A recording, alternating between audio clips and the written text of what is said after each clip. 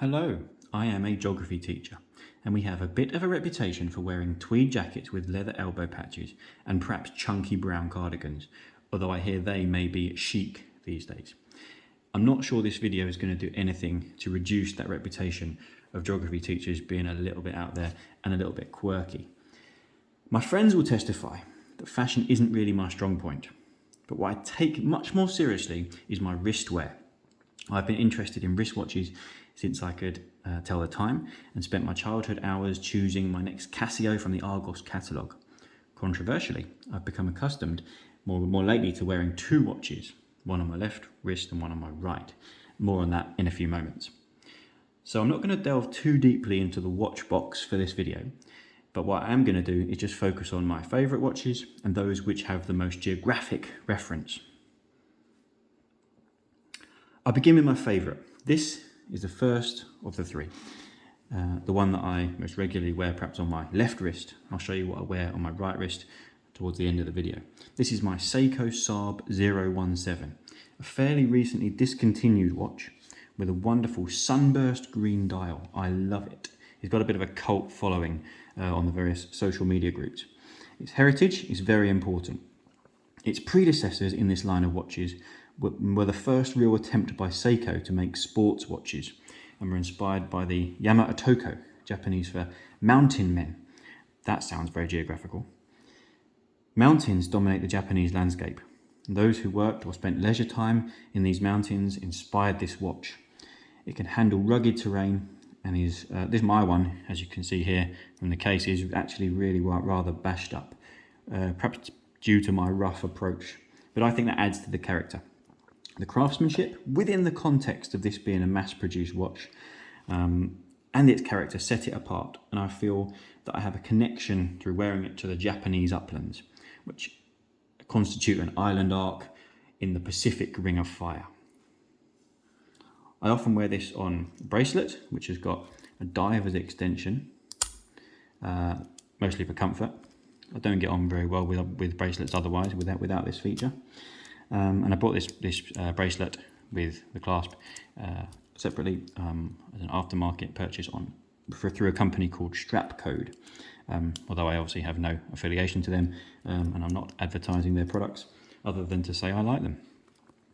Now it's also got a compass feature, which you can see working just here, which is, to be honest, fairly useless and slightly redundant. And speaking of redundant, all three of the watches which we've got here and I'm showing you now, which I wear on my left wrist watches, are automatic, which means that there's a weight inside the movement, a rotor which spins as I move my wrist and as I move the watch around, which powers them up. As a result of that, they're not terribly accurate. Maybe sort of 10 seconds a day accuracy, to within 10 seconds a day accuracy would be what you'd hope for and get from these, which is nowhere near what you get from a battery-powered quartz watch. Now then, let's move on. Let's go this way. Swap that over. Put the Alpinist up there. Not sure I can get a position where we've got the light nicely on there, but that'll do. The second watch here then is another mountain-related watch. This is a Smiths branded watch, a brand which was British, fell out of use, and was brought back. The company was bought up by a new company called Timefactors, and they then have started to produce Smiths branded watches again. Again, this one is on a bracelet. It's got another diver's extension, although you can see this clasp is Smiths branded, and actually this came with the watch, and is of similar quality to the other diver extension, which I showed you a moment ago. Now there is significant heritage to this watch, some of which is possibly slightly controversial, so let's think about that.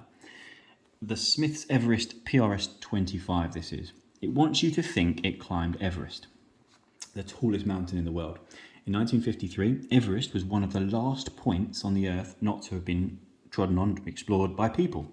Subsequently, Tenzing Norgay and Sir Edmund Hillary did this in 1953.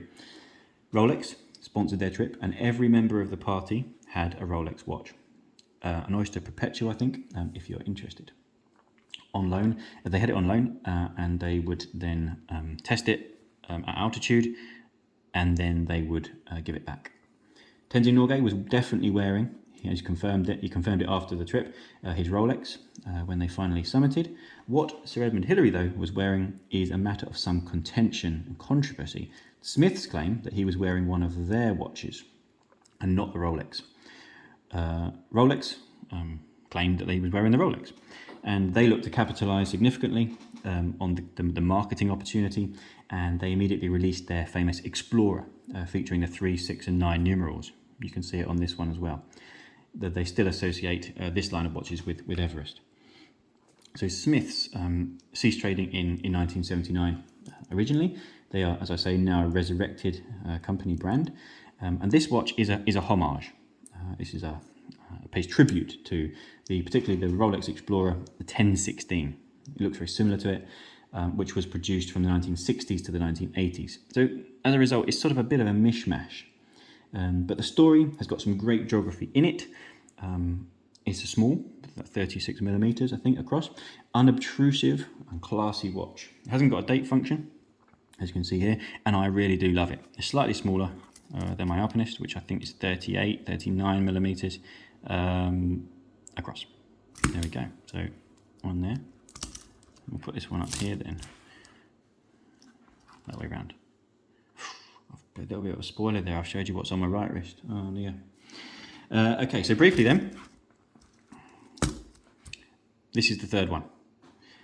This is a Seiko SKX007, which is an iconic mass market watch. This is a diver style watch. Well, it's a diver's watch. Okay, 200 meters water resistance, and I do wear it every time I scuba dive, or rather I would do if I ever scuba dived, but I've never done that. Either way, loads of geography here, loads of geography in the ocean.